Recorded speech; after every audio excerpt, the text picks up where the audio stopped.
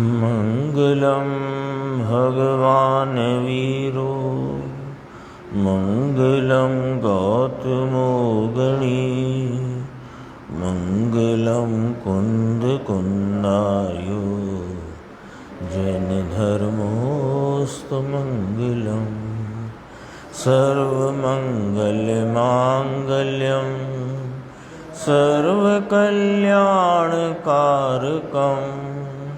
प्रधानम सर्वधर्माणां जैनम जयतु शासनम।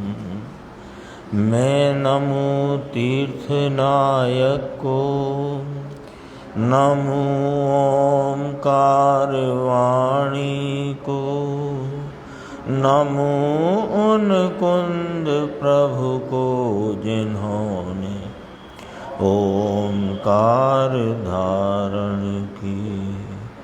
अहो उपकार जिनवर का कुंद का दिव्य वाणी का जिन कुंद ध्वनि दाता उन कहान स्वामी का। चिदानंद एक रूपाए जिनाए परमात्मने परमात्म प्रकाशाय नित्यं सिद्धात्मने नमः। आचार्य योगेंद्र देव कृत परमात्म प्रकाश नाम का ग्रंथ और इसके दूसरे महाधिकार में मोक्ष मार्ग का निरूपण करते हुए शुद्ध उपयोग की प्रधानता वाले दोहे यहाँ आचार्य परमात्मा यहाँ अपने को कहते हैं। और उसमें 71 नंबर की गाथा दूसरे अधिकार की क्रम में 195 नंबर की गाथा है। इसमें कहा कि अशुभ उपयोग से पाप बंधता है। तो अशुभ उपयोग में मिथ्या दृष्टि का अशुभ उपयोग लिया और शुभ उपयोग से पुण्य बंधता है, वो समकिति का पुण्य लिया। और शुद्ध भाव से शुद्ध उपयोग से मुक्ति अर्थात के मोक्ष की प्राप्ति होती है, ऐसा इस गाथा में आचार्य परमात्मा ने कथन किया। इसकी कुछ चर्चा अपन ने कल देखी थी और गुरुदेव के कुछ बिंदु कल आए थे, वहीं से अपन आज शुरू करते हैं चर्चा।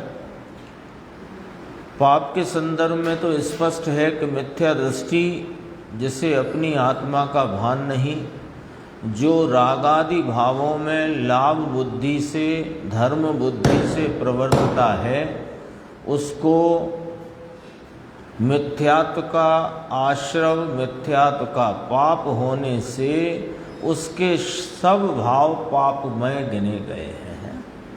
अब बात करते हैं समकिति की कि समकिति को जबकि शुद्ध उपयोग ही उपादेय है, तथापि उसके शुभ राग रूपी जो परिणाम होते हैं वे कैसे होते हैं, उसकी चर्चा अपन यहाँ देखते हैं कि विशिष्ट गुण रूप पुण्य प्रकृतियों को अवांछिक वृत्ति से बांधता है।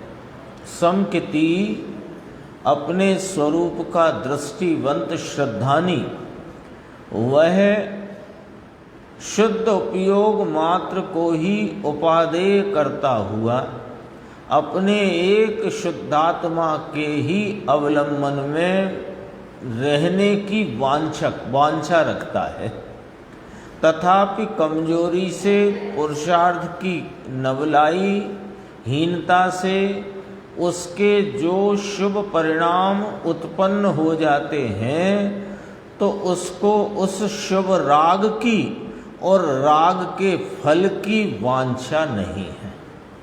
अज्ञानी ज्ञानी का सीधा हिसाब है।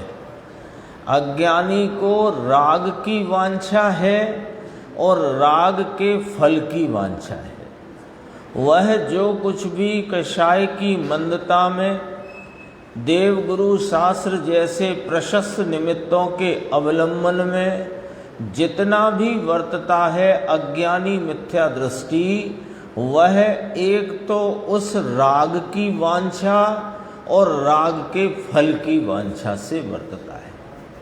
और ज्ञानी धर्मात्मा समकिति जीव जिन्होंने अपने शुद्धात्म स्वरूप से एकत्व स्थापित किया है, नाम उसमें एकत्व रूप श्रद्धान जिनको परिणमित हो गया है, ऐसे वे ज्ञानी धर्मात्मा मोक्ष मार्गी, उनको अपूर्णता में जो कोई भी शुभ राग आ जाता है, हो जाता है, उसमें न राग की वांछा है न राग के फल की वांछा है। यानी ऐसा नहीं है कि देखो मुझे सम्यक दर्शन यानी मुझे अपने शुद्धात्म तत्व का भान हुआ है, मैं अपने को शुद्धात्म स्वरूप ही अनुभव करता हूँ, वैसा ही मेरा श्रद्धान है और मैं उसमें ही रमने जमने का पूर्ण प्रकार से उद्यम करता हूँ।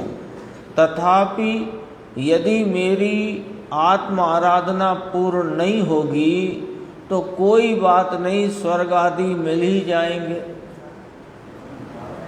ऐसा ज्ञानी को स्वप्न में भी नहीं लगता। ये एक शब्द आया ना जो टीकाकार आचार्य ब्रह्मदेव सूरी महाराज ने कहा, विशिष्ट गुण रूप पुण्य प्रकृतियों को। इसमें पहले 2 शब्द 4 शब्द आ गए हैं। तीर्थंकर प्रकृति से आदि लेकर के, यानी तीर्थंकर प्रकृति नाम कर्म की जो प्रकृतियां पुण्य प्रकृतियां हैं, वहां से लेकर विशिष्ट गुण रूप पुण्य प्रकृतियों को अवांछिक वृत्ति से बांधता है। आदि लेकर वहीं से तीर्थंकर कर्म प्रकृति नाम कर्म की वहां से शुरू करो तो विशिष्ट गुण रूप पुण्य प्रकृतियों को, पुण्य प्रकृति को अवांछिक वृत्ति, वांछा इच्छा नहीं पुण्य की, समकिति को पुण्य की इच्छा नहीं है, परंतु निर्बलता के कारण पुण्य आता है, पुण्य की इच्छा नहीं। इच्छा तो उसे मोक्ष की ही है। भगवान आत्मा अतीन्द्रिय आनंद कंद प्रभु आत्मा की प्राप्ति की ही इच्छा उसे है ना। अपने को लगे मोक्ष की इच्छा तो सिद्धालय जाने की इच्छा है, कि उसका भी अर्थ ये है कि यह जो आत्मा जो उसने अपने प्रतीति में लिया है, आस्वादन में जिसका स्वस्वरूप संचेतन किया है, उस आत्मा की परिपूर्ण प्रकटता पर्याय में चाहता है, उसे संज्ञा देते हैं कि मोक्ष की वांछा है। मोक्ष तो शब्द है, शब्द है ना। जैसे पानी शब्द है, अग्नि शब्द है, तो अग्नि शब्द है तो अग्नि का भाव क्या है कि उष्णता दाहक पाचक, ऐसा ही है ना। तो मोक्ष शब्द है, तो मोक्ष शब्द का भाव क्या, वाच्य क्या, कि यह शुद्धात्म स्वरूप इसकी पर्याय में परिपूर्णता की प्राप्ति, उसकी वांछा है ज्ञानी धर्मात्मा को। देखो और आगे चलते हैं।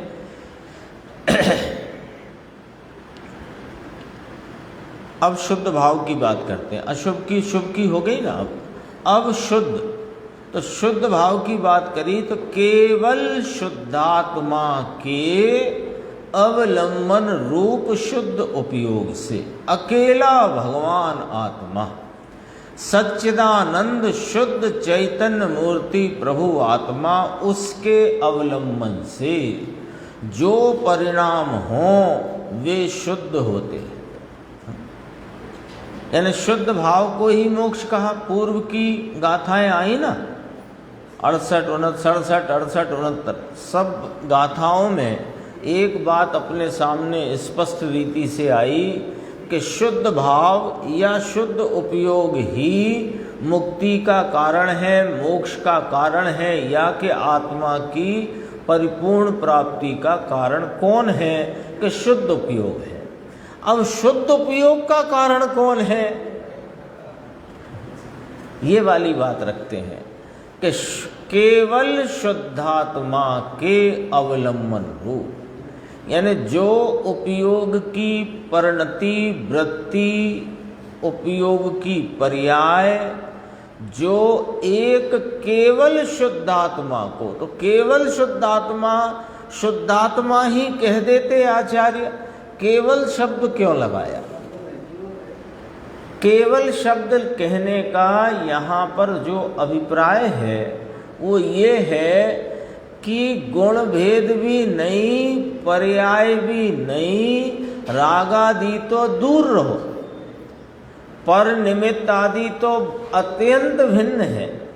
रागादि विकारी होने से वे मेरे स्वभाव रूप नहीं है, लेकिन जो मेरा अनंत गुणात्मक स्वभाव है, ऐसे गुण भेद और उनकी व्यक्तता के जो पर्याय भेद भले निर्मल ही क्यों ना हो, उन सब पर्याय और गुण भेदों का भी अवलंबन नहीं, मात्र एक अखंड अभेद शुद्धात्मा के अवलंबन से एकदम स्पष्ट है।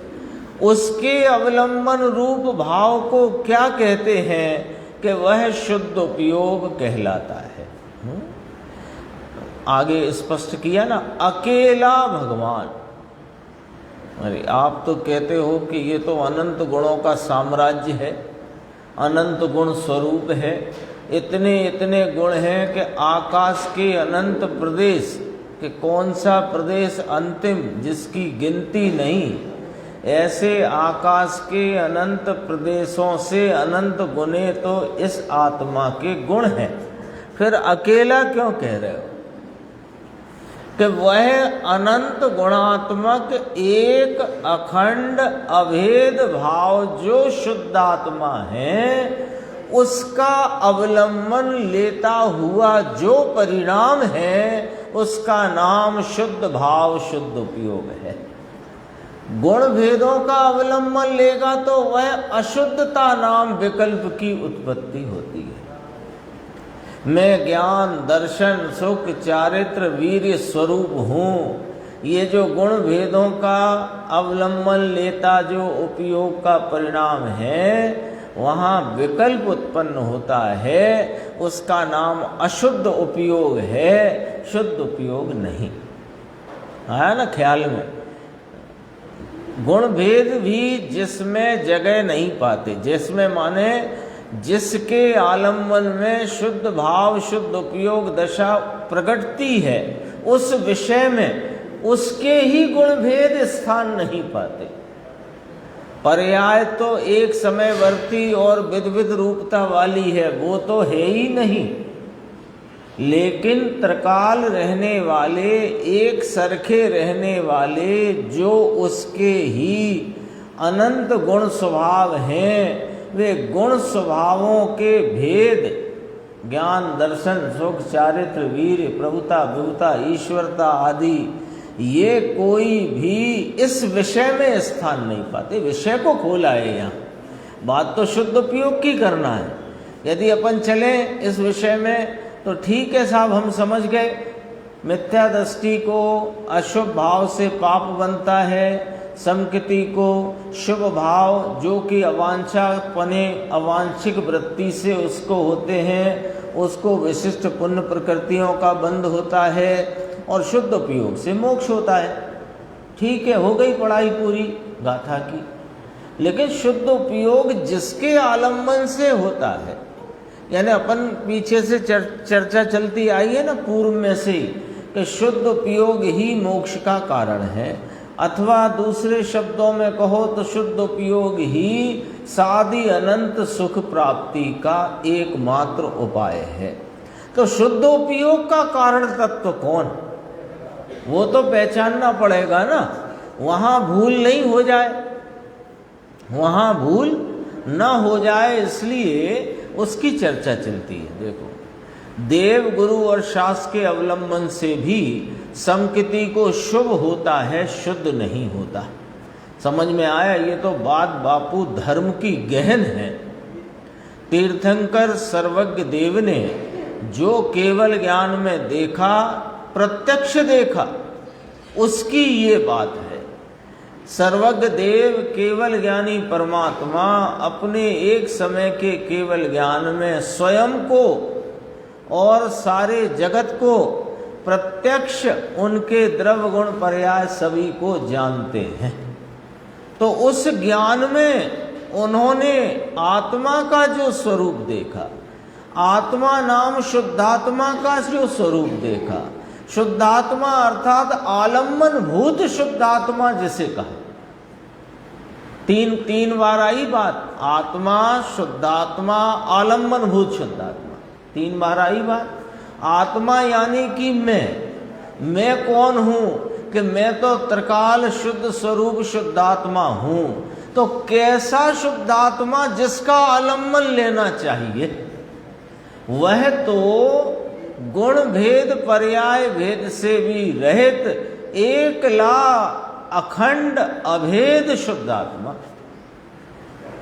वो जो उन्होंने कहा सर्वज्ञ देव ने, उसकी ये बात है, गंभीर बात है, बहुत गंभीर बात है। गंभीरता से समझने की, गंभीरता से सुनने की, गंभीरता से कहने की बात है, गंभीर है बहुत, है ना। दरअसल में तो भगवान की वाणी जो आचार्यों की परंपरा से अपने पास आई, ज्ञानियों ने उसका स्पष्टीकरण किया, उस बात को कहने सुनने में भी बहुत सावधानी चाहिए। इधर उधर की बातों की यहाँ गुंजाइश होती नहीं है, क्योंकि इधर उधर की बातों के लिए तो अपने पास वैसे ही 15-20 घंटे उपलब्ध ही है। यहाँ तो मूल बात चाहिए, है ना। देखो एक चर्चा ये गवर्नमेंट सार की यहाँ पर अपन देखते हैं, जो बात आई कि चौथे गुण स्थान से शुभ लिया और अशुभ की बात मिथ्या दृष्टि के खाते में डाली। तो ये थोड़ी समझने की बात है यहाँ इस प्रकार। क्योंकि क्या मिथ्या दृष्टि को मात्र अशुभ होता है, शुभ नहीं होता? प्रश्नवाचक है विचार के लिए। क्या मिथ्या दृष्टि जीव को, यानी जो राग में धर्म मानता है, जो पर्याय बुद्धि वाला है, जो अपने को देह रूप जानता मानता है, जो वस्तु का स्वरूप जैसा है वैसा नहीं जानता मानता, ऐसा मिथ्या दृष्टि। में मिथ्या दृष्टि का भी तो स्वरूप ध्यान में रहना चाहिए ना। तो मिथ्या दृष्टि को भी तो शुभ भाव और अशुभ भाव दोनों ही होते हैं, और सम्यक दृष्टि को भी अशुभ भाव शुभ भाव दोनों ही होते हैं। फिर यहाँ इस गाथा की टीका में आचार्य ब्रह्मदेव सूरी महाराज ने अशुभ के संदर्भ में सिर्फ मिथ्या दृष्टि को और शुभ के संबंध में समकिति को लिया। तो उसका क्या कारण और उसका कोई हेतु है, उसकी चर्चा और कहीं है तो गुरुदेव श्री कहते हैं कि गोमठ सार में इसकी चर्चा है। पहले गुण स्थान में तो अशुभ योग गिना है। पहला गुण स्थान माने मिथ्या दृष्टि का गुण स्थान। मिथ्या दृष्टि कौन से गुण स्थान वाला है अंकुर?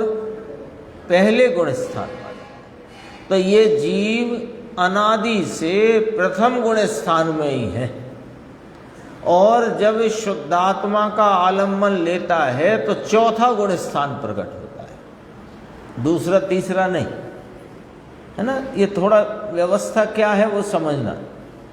अनादि से जो जीव है, कोई अनादि से सम्यक दृष्टि नहीं है, अनादि से सब जीव मिथ्या दृष्टि। तो अनादि से जो जीव है वो प्रथम गुण स्थान वाला है, और जब वह अपने शुद्धात्म स्वरूप का यथार्थ निर्णय करके और एकला शुद्धात्मा गुण भेद पर्याय भेद से भी रहित अखंड अभेद आत्म तत्व की दृष्टि करता है, तो उसे मिथ्यात्व का नाश और सम्यक्त की उत्पत्ति होती है, वह चौथा गुण स्थान होता है। ठीक है, थोड़ा ये तो प्रथम गुण स्थान में तो अशुभ योग गिना, जो यहाँ चर्चा आई ना, अशुभ किसके खाते रखा कि मिथ्या दृष्टि प्रथम गुण स्थान वाले के, और शुभ कहाँ रखा कि चौथे पांचवें छठवें वाले के, है ना।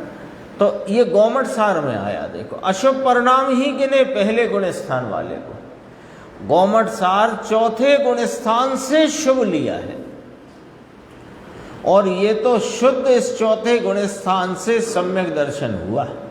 सम्यक दर्शन कहाँ हुआ? चौथा गुण स्थान।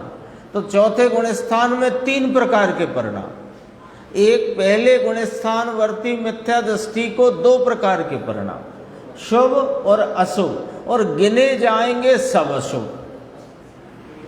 समझना बराबर से। पहले गुण स्थान वाले को कौन कौन से परिणाम? शुभ और अशुभ। शुद्धता का तो जन्म ही नहीं हुआ, तो 2 ही हुए, शुभ और अशुभ। और शुभ अशुभ दोनों होने पर भी उसके गिने काय में गए? सब अशुभ में। क्यों? कि मिथ्या तो अशुभ, इसलिए सब अशुभ में गिने गए। ठीक है। अब चौथे गुण स्थान में शुद्धता का जन्म हुआ, संवर प्रकट हुआ, सम्यक दर्शन हुआ, शुद्धात्मा का अवलंबन हुआ। तो यहाँ पर इसके कितने प्रकार के परिणाम के? 3 प्रकार के, शुभ, अशुभ और शुद्ध। ठीक है। तो शुभ की गिनती अब शुरू हुई। ठीक है। अब शुभ गिना गया। मिथ्या दृष्टि प्रथम गुण स्थान तक शुभ गिना ही नहीं गया। तो शुभ होता तो है कि हाँ होता है, तो उसका फल भी उसे मिलता है कि हाँ मिलता है, लेकिन साथ में अशुभ का फल चल रहा है ना। कौन सा? संसार में चतुर्गति परिभ्रमण, और जिसका फल त्रस्पर्याय जितनी है उस पूरी होने के बाद क्या है? निगोद। मिथ्या तो रहे, और कितना ही पुण्य करे, शुभ भाव करे, स्वर्ग आदि घूमे आए, फिर आखिर में कहां जाएगा? निगोद। कब तक? जब तक मिथ्यात्व है तब तक तो यही उसकी दिशा, उसका अंतिम बिंदु वही है।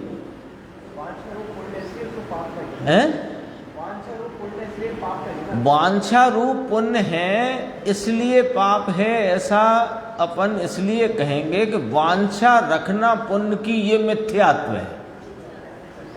हाँ, प्रश्न आपका बराबर है, पर उसको घटित कैसे करना कि वांछा रूप पुण्य है, तो पुण्य की और पुण्य के फल की वांछा है, ये मिथ्यात्व है। तो मिथ्यात्व को पाप में गिनना कि पुण्य में गिनना?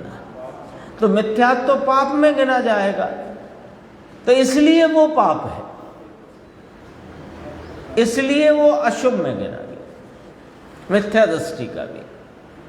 और ज्ञानी धर्मात्मा का 3 प्रकार बताए, शुभ, अशुभ और शुद्ध। शुद्ध का तो उसकी परिणति में उदय हो गया है, जागृत हो गया है, जन्म हो गया है, ये लिखा यहाँ। यह शुद्ध, तो यह तो शुद्ध इस चौथे गुण स्थान से सम्यक दर्शन हुआ। गृहस्थाश्रम में भले हो तो भी चौथे गुण स्थान में उसे स्वयं संवेदन ज्ञान शुरू होता है। समझ में आया? स्वयं संवेदन ज्ञान, वह स्वयं संवेदन, स्वयं यानी स्वयं, सम माने प्रत्यक्ष, वेदन माने ज्ञान से अपने स्वभाव की प्रकटता को वेदना। आया अर्थ? स्वयं अर्थात स्वयं, अपने को, सम माने प्रत्यक्ष, वेदन माने वेदना। तो प्रत्यक्ष ज्ञान से अपने को वेदता है, माने अपने गुण स्वभाव की निर्मल प्रकटता का वेदन करता है। ऐसा स्वयं संवेदन ज्ञान समकिति को चौथे गुण स्थान में होता है। अब इसका अशुभ गिना नहीं गया है, नहीं ये नहीं कहते, है तो, लेकिन वह गिना नहीं गया, क्योंकि अब उसकी संसार की स्थिति बढ़े ऐसा नहीं है। समकिति का जब स्वरूप का भान हुआ, शुद्धात्म स्वरूप का श्रद्धान हुआ, अब उसकी संसार स्थिति बढ़े ऐसा नहीं, इसलिए अशुभ तो गिना नहीं। कमजोरी में जो शुभ भाव है वो भी अवांछक वृत्ति से होता हुआ है और शुद्ध भाव बड़वारी को प्राप्त है।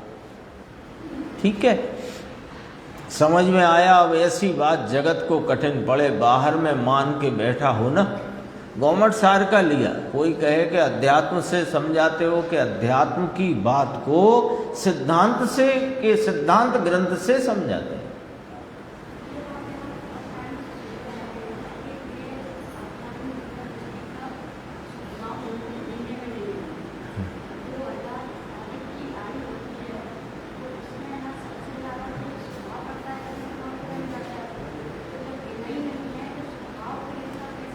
अभी कहा ना, अभी कहा कि अज्ञानी को शुभ भाव है ही नहीं और उसका फल नहीं मिलता हो, ऐसी बात नहीं है। शुभ भाव है और उसकी परिणति में शुभ भाव है और अधिक है शुभ भाव अशुभ की अपेक्षा, और उसका फल भी अधिक मिलता है अशुभ की अपेक्षा। लेकिन उसका जो फाइनल डेस्टिनेशन है, जो उसे मिथ्यात्व यदि बना रहे और मिथ्यात्व टलकर सम्यक नाम धर्म की प्राप्ति न हो, तो उसे अंत में तो महा अशुभ के फल रूप निगोद ही जाना है। संसार की स्थिति कम नहीं, घोरम पारम संसारम है वो तो, घोर अपार संसार कहा निगोद को, है ना। निगोद को आप निगोद ना कहो तो घोर अपार संसार कहो।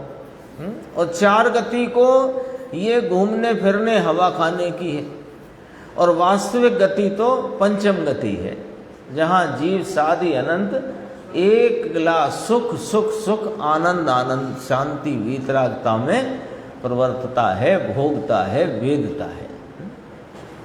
ज्ञानी का अशुभ है पर वो गिना नहीं, क्योंकि उसकी संसार की स्थिति बढ़ती नहीं, और अज्ञानी का शुभ इसलिए नहीं गिना कि इसका संसार घटता नहीं।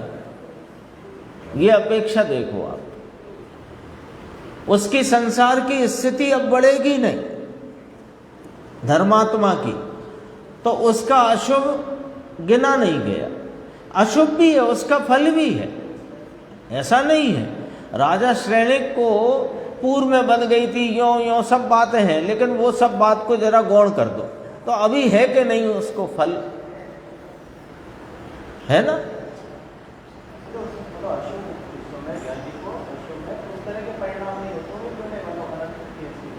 ये तो कल एक बात आई थी कि अशुभ के परिणाम तो होते हैं, लेकिन अशुभ के काल में आयुष्य नहीं बंधती समकिति को, ऐसा नियम है।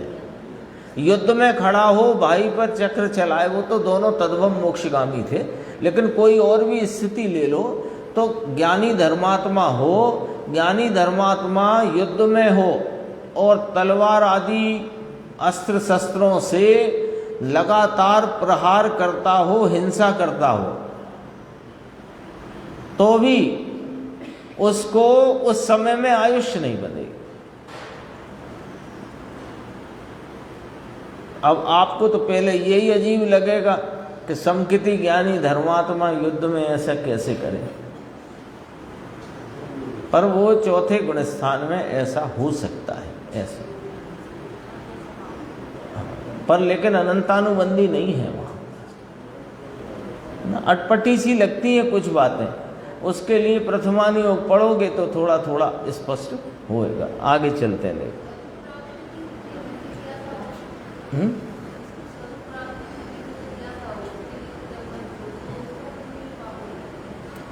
जिज्ञासा हो, उद्यमवंत हो, अभी उसका शुभ भाव भी शुभ नहीं गिनेंगे जब तक मिथ्यात्व विद्यमान है। लेकिन जिज्ञासा है, स्वरूप प्राप्ति का धगस है, तो वह स्वरूप को प्राप्त करेगा, करता है, और करने से जो मिथ्यात्व टल गया तो बड़ा पाप तो टल गया।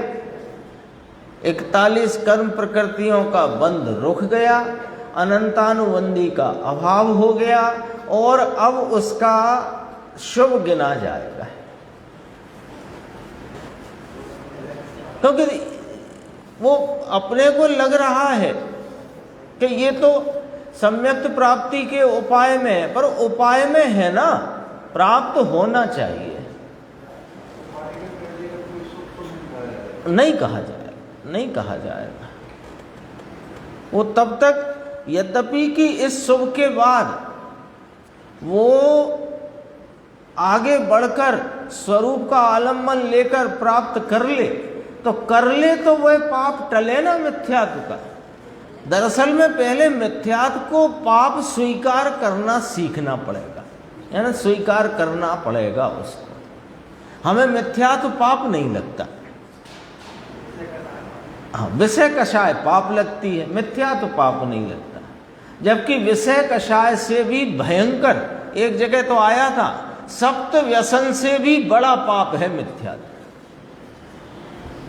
ऐसा शब्द आया है मोक्षवान प्रकाशक में आया।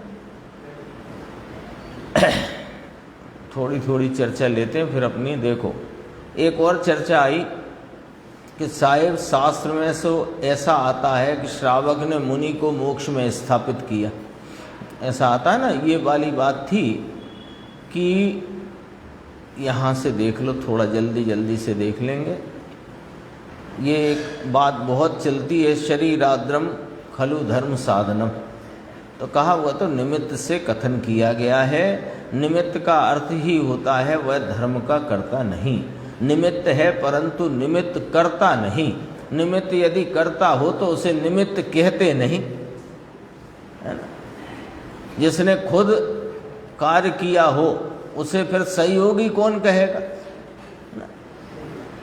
यहाँ ऐसे ही निमित्त के संदर्भ से, वो तो एक उदाहरण, निमित्त के संदर्भ से निमित्त सहयोगी होता है ये नहीं कहना है मुझे, आप दृष्टांत से गलत नहीं समझना, ये तो एक उदाहरण दिया। तो निमित्त को जब निमित्त कहा तो वह करता नहीं है, यही तो कहा। निमित्त को किसी कार्य की विवक्षा में निमित्त को निमित्त कहना ही निमित्त करता नहीं है, यही कहना है, ठीक है।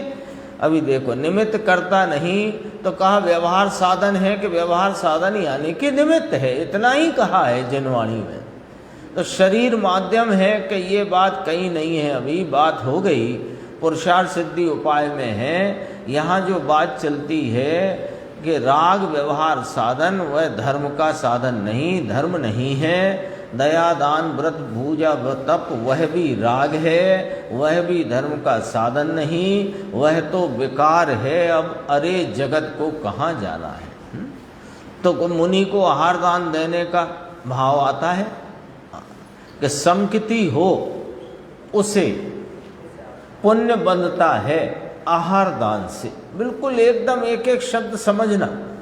मुनि को आहार दान देने का विकल्प आता है किसको? समकिति को, ठीक है। समकिति हो उसे मुनिराज को आहार दान देने का विकल्प भाव आता है, उससे समकिति को धर्म वृद्धि नहीं होती, पुण्य बनता है। आहार दान दे कौन? समकिति हो तो, और वह आहार दान लेने वाला समकिति हो, यानी साधु जो समकिति, साधु समकिति आत्मज्ञानी हो तो उसे दे तो शुभ भाव हो, धर्म नहीं। कितना बोलो, 3 लाइन में पूरा मामला बांध दिया। देने वाले का भी हिसाब बता दिया, लेने वाले का भी बता दिया, और उसका फल भी बता दिया। देने वाला समकिति, लेने वाला भी समकिति, और उसका फल धर्म नहीं पुण्य है, शुभ भाव है ना वो। अब देखो आगे पूछा मुमुक्षु ने, शास्त्र में ऐसा आता है कि श्रावक ने मुनि को मोक्ष में स्थापित किया। ये तो निमित्त से कथन है, हाँ ये शास्त्र में आया है, निमित्त से कथन है। उसमें है ना क्या कहलाता, पद्म नंदी पंचविंशति, उसमें ये वाली बात कही है, वह तो निमित्त का कथन है, कौन दे और कौन ले।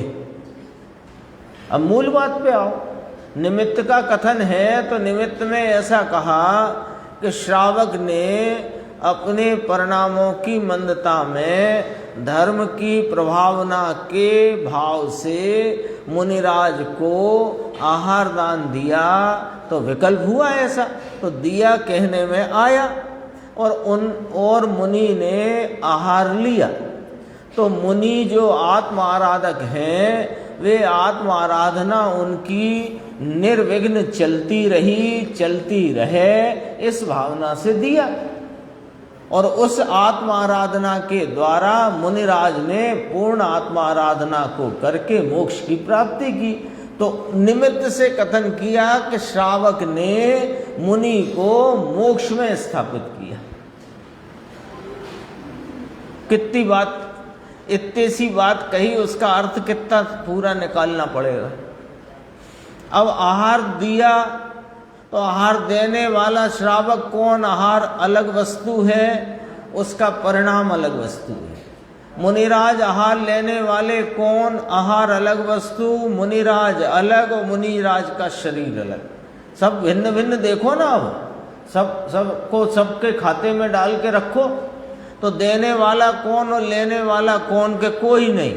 तो फिर पूरा मामले में हुआ क्या कि मुनिराज को आहारचर्या का विकल्प और श्रावक को आहार दान का विकल्प, बस। अब इस विकल्प से न मुनिराज को धर्म न श्रावक को धर्म। तो फिर हुआ क्या, अरे वे आत्म आराधक है ना मुनिराज, तो उनकी आत्म आराधना निर्विघ्न चलती रही और आत्म आराधना के फल में मोक्ष मिला, और श्रावक को इस तरह का विकल्प हुआ तो इसके फल में शुभ भाव के कारण पुण्यबंध हुआ। सीधा सीधा हिसाब, इसमें कोई उलझन कहाँ है।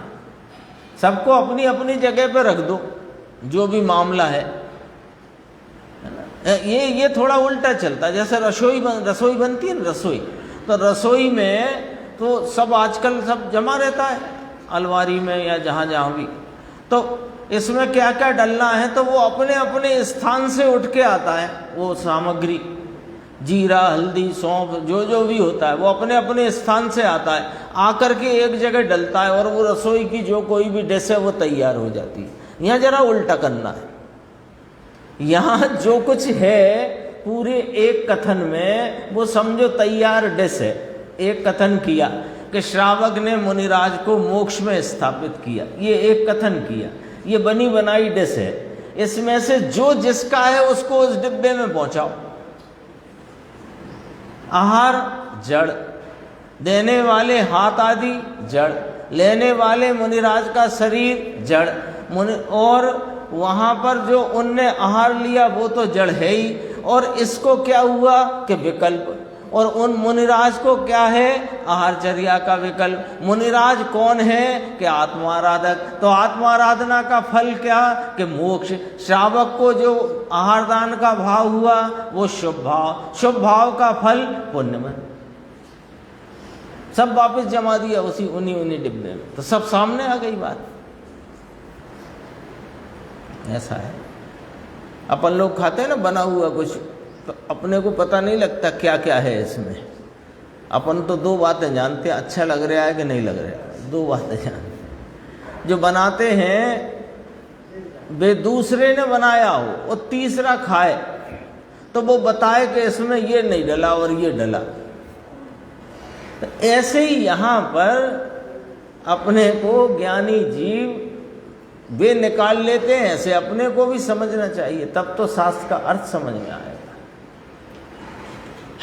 कौन दे कौन ले उसका भाव उतना शुभ है, बस जड़ को आहार दे और ले, ये क्रिया आत्मा की है क्या, आत्मा कर सकता है क्या।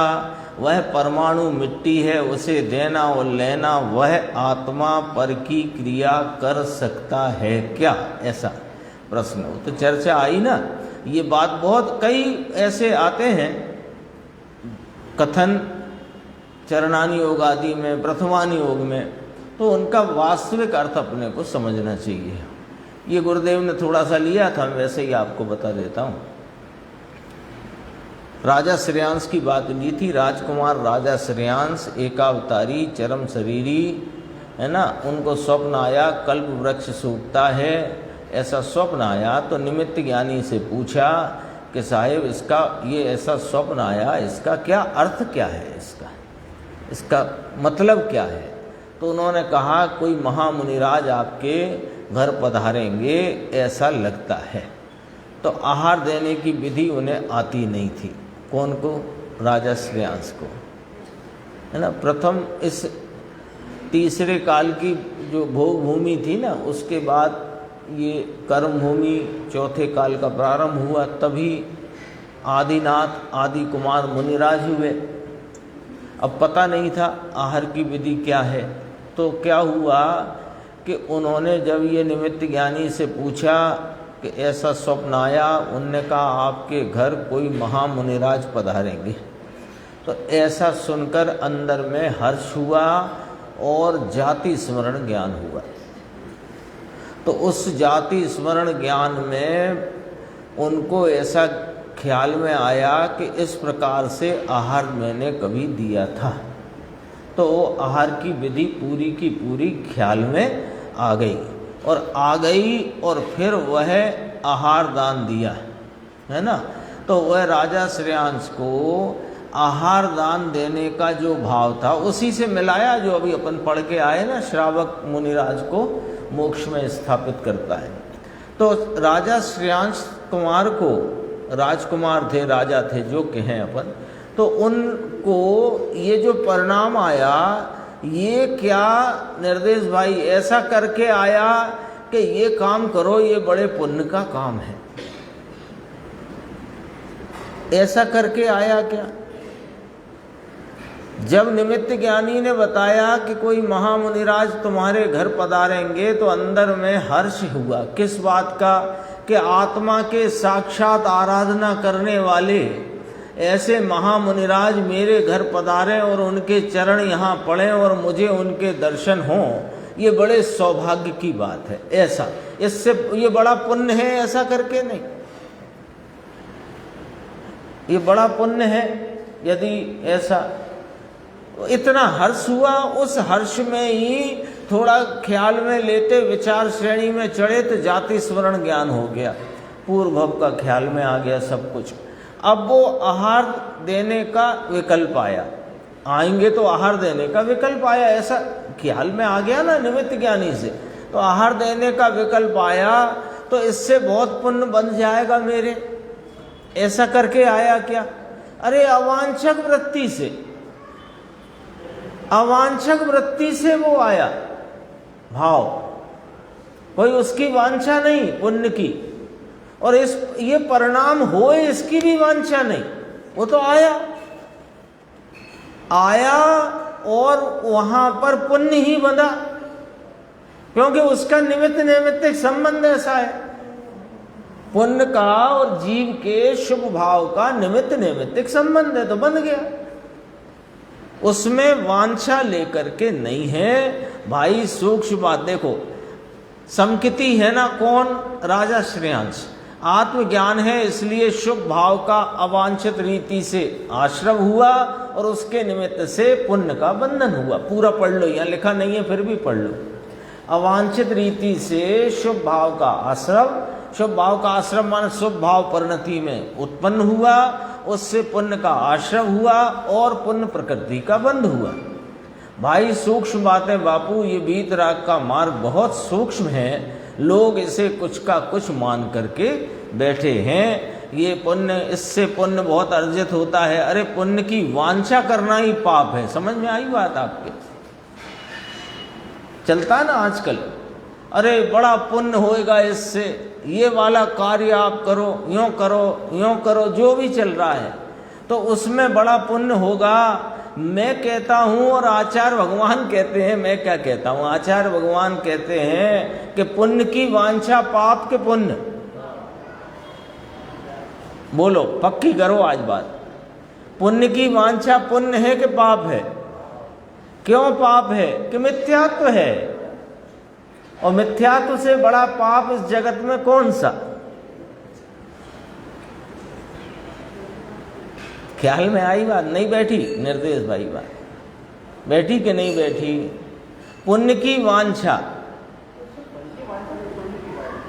पुण्य और पुण्य के फल की वांछा साथ साथ रहती है, अलग अलग नहीं होती है, अलग अलग नहीं होती। जिसको पुण्य की वांछा है उसको फल की वांछा, तो पुण्य और पुण्य के फल की वांछा, वही पुण्य की वांछा। पुण्य की वांछा मिथ्यात्व के सम्यक, मिथ्यात्व तो मिथ्यात्व माने पाप, सबसे बड़ा पाप। अभी गुरुदेव ने कहा ना, ये जो बातें हैं वीतराग के मार्ग की बहुत सूक्ष्म हैं। देखो फिर अब इस विषय को, कौन सा विषय? शुद्ध उपयोग का विषय। फिर थोड़ी सी चर्चा आई। केवल शुद्धात्मा, अकेला भगवान आत्मा सच्चिदानंद प्रभु निर्मलानंद विज्ञान घन। अब इसने सुना भी ना हो, कभी विचार भी ना किया हो और धर्म हो जाए। धूल में भी धर्म नहीं है कहीं। केवल शुद्धात्मा, अकेला। अब ये अकेले का अर्थ देखो, पर्याय भी नहीं, भगवान नहीं, तीर्थंकर सर्वज्ञ भी अवलंबन में नहीं। क्यों नहीं साहब? ऐसे परिपूर्ण भाव को प्राप्त हमारे आराध्य है ना, हमारे परम इष्ट परमेष्टि अरिहंत सिद्ध परमात्मा, वे अवलंबन के योग्य क्यों नहीं? क्योंकि उनका अवलंबन लेने से शुभ परिणाम पुण्य होता है, धर्म नहीं होता। और तुम्हें धर्म चाहिए कि पुण्य? बोलो। टेढ़ी मेढ़ी फंस जाती है कई बार बात, पर है नहीं टेढ़ी मेढ़ी, सीधी है, सीधी है बात। पुण्य का ऐसा हिसाब है, अभी इसी 71 नंबर गाथा में बात आ गई है कि पुण्य वांछा वाले को तो होता नहीं, और अवांछित है उसे ढेरों बनता है। इसी में आ गई कि नहीं आ गई? चर्चा अपन ने बहुत सारी करी, कल भी करी, आज भी थोड़ी करी। क्यों? कि वांछा वाला तो मिथ्या दर्शन में गया। प्रथम गुण स्थान में गोमठ सार से चलो, प्रथम गुण स्थान में, तो प्रथम गुण स्थान में भले पुण्य बनता है, पुण्य का थोड़ा फल मिलता है, लेकिन उसका अंतिम फल तो संसार है। अभी चर्चा कर चुके। इसलिए वांछा वाले को पुण्य बंधता नहीं, और अवांछित को, जिसको पुण्य और पुण्य के फल की वांछा नहीं, वहाँ ढेरों पुण्य इकट्ठा होता। कितना कि तीर्थंकर नाम कर्म की प्रकृति का भी ऐसा पुण्य फलित होता है कि पूर्ण वीतरागता होने पर, क्योंकि तीर्थंकर जैसा पुण्य का फल पूरे जगत में कोई और नहीं। चक्रवर्ती की अपन बहुत बातें करते हैं, 100 धर्म इंद्र की बातें करते हैं, 32 लाख विमान का स्वामी है ना, इसकी तो 96,000 रानियां गिनते हो। वहाँ तो कितनी नील वील होती है, कुछ 42 नील 46 नील ऐसी कुछ। नील समझते हो? नील वो नील नीला करने की नील नहीं, वे काई धाई सैकड़ा वाली नील है। 42 लाख 40 लाख नील, 40 नील जो हो, अब उसमें वो कौन सा फर्क पड़ जाएगा, वैसे ही ढेर लगाया। यहाँ तो एक ले की बात है। केवल शुद्धात्मा, अकेला, पर्याय भी नहीं, भगवान नहीं, तीर्थंकर सर्वज्ञ भी अवलंबन में नहीं, क्योंकि उनका अवलंबन लेने से शुभ परिणाम पुण्य होता है, धर्म नहीं, तथा पर्याय का अवलंबन नहीं, राग का नहीं, निमित्त का नहीं। शुद्धात्मा ध्रुव विज्ञान घन जो आत्मा, निर्मल विज्ञान घन आत्मा का अवलंबन लेने से उसे शुद्ध परिणाम होते हैं। गुरुदेव ने कहा ये स्पष्टीकरण बहुत अच्छा किया है ना आचार्य भगवान ने इसमें टीका में। और देखो थोड़ा सा, केवल शुद्धात्मा, विज्ञान घन आत्मा, क्योंकि सारे द्वादशांग का नायक कौन? रामायण का नायक कौन? रामचंद्र जी। ये पूरे द्वादशांग का नायक कौन? ये शुद्धात्मा। उसी की बात है। केवल शुद्धात्मा, विज्ञान घन आत्मा, निर्मल विज्ञान घन आत्मा का अवलंबन लेने से शुद्ध परिणाम होता है, उससे मुक्ति होती है। शुद्ध उपयोग हो, बाकी भगवान तीर्थंकर और तीर्थंकर की मूर्ति प्रतिमा का अवलंबन लेने से शुभ भाव पुण्य होता है, धर्म नहीं। समझ में आया? ऐसे शुद्ध उपयोग से उसी भव में कोई को उसी भव में केवल ज्ञानादि अनंत गुण रूप मोक्ष को प्राप्त करता है, केवल ज्ञानादि अनंत गुण की पर्याय रूपी मोक्ष को पाता है। इस शुद्ध उपयोग से मुक्ति होती है। ये दया दान व्रत भक्ति के परिणाम से मुक्ति नहीं होती, पुण्य बंधन होता है। 71 नंबर गाथा है ना, इसमें यही वाला विषय है। समझ में आया? अब देखो इसका अब सारांश टोटल क्या आता है। 3 प्रकार के उपयोगों में से 3 प्रकार के उपयोग हुए ना, शुभ अशुभ और शुद्ध। सर्वथा उपादेय तो शुद्ध उपयोग ही है। उपयोग में 3 प्रकार उपयोग के, उनमें सर्वथा उपादेय शुद्ध उपयोग ही है। वीतरागी परिणाम यानी शुद्ध उपयोग, शुद्ध भाव आत्मा के अवलंबन से हों, वे वीतरागी परिणाम ही आदरणीय है। ये गुरुदेव जो स्पष्टीकरण कर रहे हैं उसका जरा मर्म समझना। उपादेय और आदरणीय एक भाव है, और हेय और अनादरणीय दूसरा भाव। मतलब वो हेय और अनादरणीय एक अर्थ सूचक है, और उपादेय और आदरणीय ये एक अर्थ सूचक है, एकार्थवाची। देखो वीतरागी परिणाम ही आदरणीय है, तो ही लगा है तो अन्य नहीं है। आ गया? शुभ और अशुभ परिणाम आदरणीय नहीं निश्चय से। निश्चय से तो व्यवहार से तो आदरणीय है कि व्यवहार से कहे जाते हैं, बस है ना। निश्चय, हाँ तो समझ गए हम। निश्चय से जे आदरणीय, व्यवहार से वो आदरणीय, तो दोनों का आदर करो, ये मतलब नहीं है। ऐसा मतलब नहीं निकाला जाता है। निश्चय से आदरणीय नहीं माने यथार्थतया आदरणीय नहीं है, कहने में आए हैं नहीं, ऐसे करके अर्थ है। निश्चय से आदरणीय नहीं, भगवान की भक्ति पूजा दान दया के भाव पुण्य निश्चय से यथार्थतया वास्तव में असलियत में आदरणीय नहीं है, व्यवहार से कहेंगे आदरणीय, है ना। अन्य नहीं माने सर्वथा उपादेय तो शुद्ध उपयोग ही है, अन्य नहीं। और शुभ अशुभ इन दोनों में से अशुभ तो सब प्रकार से निषिद्ध है, ये तो सबको स्पष्ट है। अशुभ परिणाम तो निषेध ही है। हिंसा, झूठ, चोरी, काम, भोग, क्रोध, मान, माया, लोभ, आमदनी कमाना, दुकान पे धंधे में बराबर रहना, ये सब काय में गया? अशुभ पाप भाव में। अब देखो आगे थोड़ी चर्चा हो रही। अशुभ तो सब प्रकार से निषिद्ध है, नरक निगोद के कारण है। मिथ्या दृष्टि की बात ली है अशुभ के संदर्भ से। ये इस गाथा की टीका में विशेष स्पष्टीकरण आचार्य ब्रह्मदेव सूरी का है, उसको समझना है। फिर देखो सब प्रकार से निषिद्ध है का अर्थ क्या निकल करके आया? किसी तरह उपादेय नहीं है, ये है। अब ये किसी तरह उपादेय नहीं है का मतलब समझना कि व्यवहार से भी उपादेय कह नहीं सकते, बस इसका ये अर्थ है। यानी इसका अर्थ कोई ऐसा भी निकालना चाहे तो वो गलत होगा। कैसा? कि अशुभ तो किसी तरह उपादेय नहीं है और शुभ तो कोई तरह उपादेय है, ऐसा इसका अर्थ नहीं निकलता है। इसका अर्थ कैसा निकलता है? कि अशुभ तो सर्व प्रकार से निषिद्ध है, किसी तरह उपादेय नहीं माने कहने का भी उपादेय नहीं, कहा भी नहीं जा सकता, कहने मात्र का भी नहीं, व्यवहार से भी नहीं। व्यवहार माने कहने मात्र का।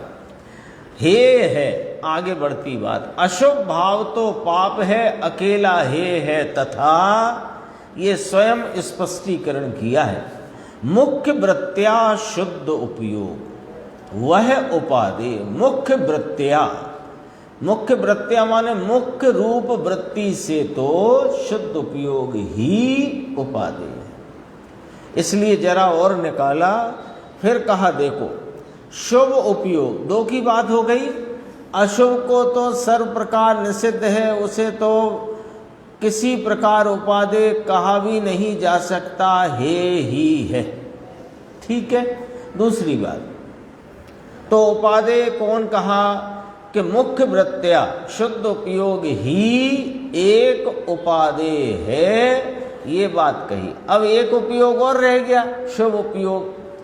तो शुभ उपयोग समकृति को प्रथम अवस्था में व्यवहार तरीके उपादेय कहा जाता है। आ गया?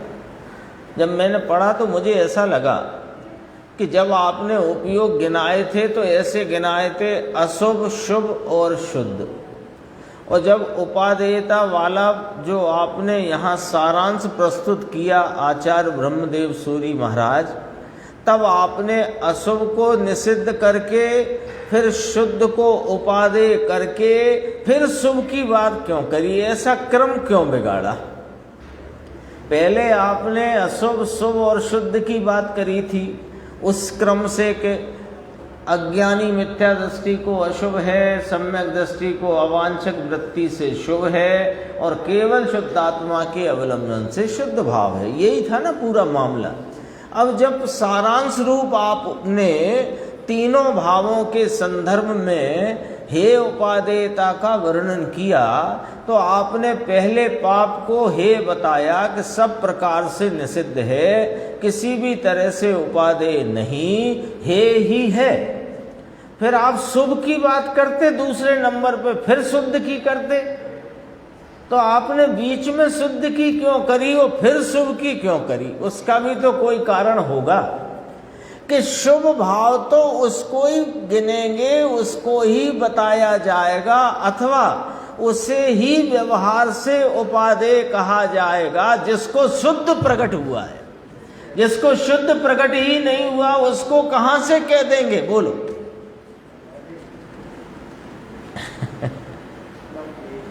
ख्याल में आई बात? आचार्य भगवान ऐसे ही नहीं करते हैं आगे पीछे कुछ भी। मुख्य वृत्तिया, पहले बीच में ये रखा मुख्य वृत्तिया, मुख्य वृत्ति से अपने शुद्धात्मा, केवल शुद्धात्मा के अवलंबन से वीतराग परिणाम ही उपादेय है, ऐसा जिसको स्वरूप के आदर पूर्वक शुद्ध भाव वीतराग परिणाम जिसकी परिणति में प्रकट हुआ है, उसको प्रथम अवस्था में अभी वह अस्थिरता बहुत है, स्थिरता अल्प है। तो जब पूर्ण स्थिरता या अधिक स्थिरता जब तक नहीं होती, तब तक इस शुभ भाव को व्यवहार तरीके माने है तो नहीं, फिर भी उपादेय कहा जाता है। आया? स्पष्ट हो गया? यह उपयोग प्रथम अवस्था में उपादेय कहने में आता है, ऐसा इसका अर्थ है। व्यवहार है ना यहां, तो निश्चय से तो पहले बात की, परम अवस्था में उपादेय नहीं है। परम अवस्था शब्द लिया है उसमें, तो परम अवस्था में शुभ उपयोग है, और प्रथम अवस्था में व्यवहार तरीके यानी है तो नहीं। व्यवहार तरीके का अर्थ समझ गए ना? इसमें कोई शंका तो नहीं है, आशंका। व्यवहार तरीके तो उपादेय है, तो व्यवहार तरीका क्या होता है? व्यवहार तरीका क्या होता है नहीं फिर भी कहना, ये व्यवहार तरीका। तो व्यवहार तरीके यानी है तो नहीं, फिर भी उपादेय कहा जाता है, कहने में आता है। फिर कहा परम अवस्था में तो ये शुभ भी उपादेय नहीं है, तो परम अवस्था का अर्थ क्या, ये पूछा नीचे। परम अवस्था साहिब 7वें गुण स्थान में। अब यहाँ जो जवाब है गुरुदेव का बड़ा यानी गंभीर जवाब है। पूछा क्या है, जवाब क्या आया है, उस पर से उसकी गंभीरता को जरा अपन समझने का प्रयास करो। देखो, पहले मैं पढ़ देता हूं तो आपको ख्याल में आए कि पूछ क्या रहा है और गुरुदेव कह क्या रहे हैं। उसने पूछा परम अवस्था 7वें गुण स्थान की, उसने पूछा है वो सच्ची बात कही है।